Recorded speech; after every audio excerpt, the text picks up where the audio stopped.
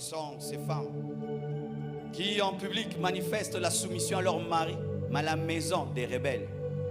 Ce sont ces femmes, quand il y a les visiteurs, oui chérie, quand c'est mal, les visiteurs parlent. Que ce soit la dernière fois que tu me parles comme ça, comment tu peux me parler comme ça devant les gens? Attention, et quand les visiteurs viennent, oui chérie, dou. Surtout vous qui sur Facebook, vous chamaillez tous les jours, mais sur Facebook, bisous, ma doudouce. Vous êtes des théâtres, vous faites du théâtre. Amour Facebook, amour Instagram, mais chez vous, vous vous chamaillez, vous vous insultez, mais sur Internet, vous faites un grand théâtre, même vos enfants sont étonnés. Soumise en public, impolie en secret. Mon mari en public.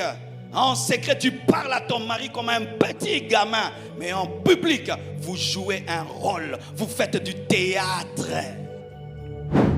Arrêtez votre théâtre, soyez vrai. Arrêtez votre théâtre, soyez vrai. Les démons se moquent de vous. Et ce sont ces chrétiens qui ici célèbrent Dieu, mais à la maison, ils ne chantent jamais. Qui ici prie à la maison, ils ne prient jamais. Est-ce que tu pries à la maison? Est-ce que tu chantes à la maison? Tout ce que tu fais, c'est ici. Une fois qu'on dit Amen, païen. C'est pourquoi ton quartier ne vient jamais à l'église, parce qu'ils te connaissent. C'est pourquoi ceux qui étudient avec toi ne viennent jamais à l'église, parce qu'ils te connaissent. Ils connaissent le vrai toi. Voici la question que je te pose. Qu'est-ce que ta femme dit de toi? Qu'est-ce que ton mari dit de toi? Qu'est-ce que tes enfants disent de toi? Qu'est-ce que tes amis véritables disent de toi? Qu'est-ce que les gens qui te connaissent vraiment disent de toi? Nous pouvons témoigner sur toi ici, parce que nous ne te connaissons pas, le merveilleux frère. Mais qui es-tu vraiment? Sixièmement, l'épouse matérialiste. Elle n'appelle que quand elle a des besoins. Allô, tu veux quoi? Allô, mèche. Allô, achète, donne, achète, donne. Jamais elle dit comment tu vas, comment tu te portes. Donne. Des fois même, elle met seulement sa main. Elle n'a même pas besoin de te voir. Mets seulement l'argent ici.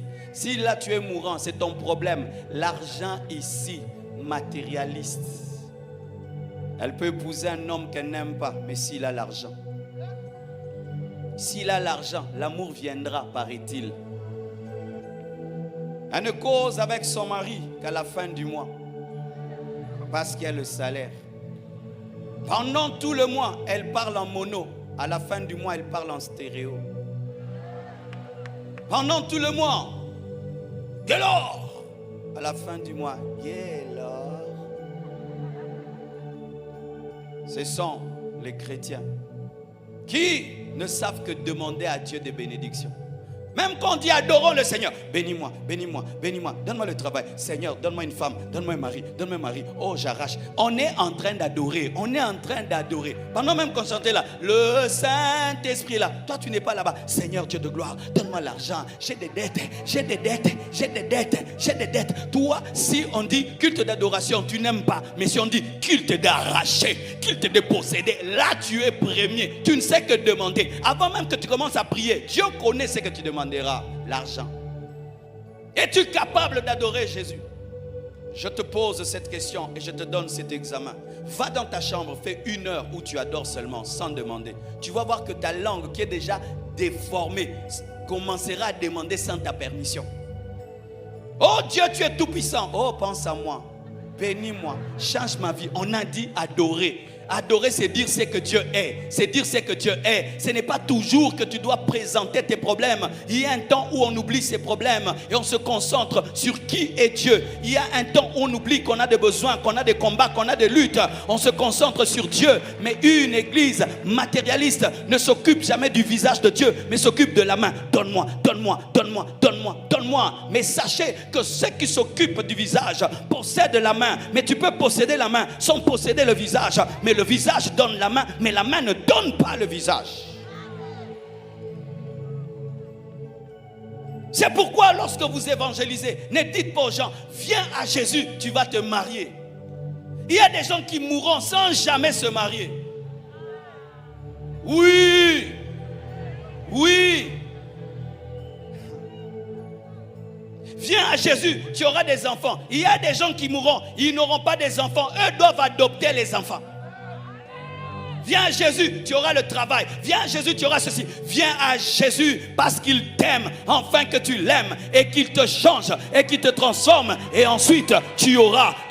Cherchez premièrement le royaume des cieux et sa justice. Et le reste sera donné par-dessus. Ne cherchez pas d'abord le reste, cherchez le royaume.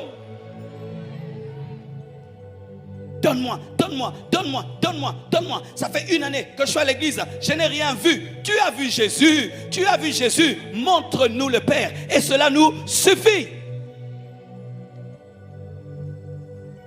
L'épouse matérialiste, ce sont ces gens qui cherchaient Jésus seulement pour le pain et le poisson. Seulement pour le pain et le poisson. Et il y a tellement de gens aujourd'hui, ils n'ont que des intérêts à l'église. Ils n'aiment pas Jésus, ils n'aiment pas Dieu, mais ils veulent les choses de Dieu. Ils veulent avoir des choses de Dieu. Et une fois qu'ils les ont, ils s'en vont. Le jour que Dieu te donnera ce que tu cherches, est-ce que tu vas continuer à prier? Tu vas continuer à l'adorer? Le jour que tu deviendras l'homme que tu veux devenir, est-ce que tu vas garder ta consécration? Le jour où Dieu va résoudre ce problème, est-ce que tu vas demeurer là? Combien ont abandonné le Seigneur après la bénédiction parce que c'était la seule chose qu'ils cherchaient en Dieu? La première chose que Dieu veut te donner, ce n'est pas une chose, c'est lui-même. La première chose qu'un époux donne à sa femme, ce n'est pas l'argent, ce n'est pas la voiture, c'est lui-même. Jésus veut se donner à toi, mais toi tu veux les bénédictions de Jésus. Cherche le bénisseur.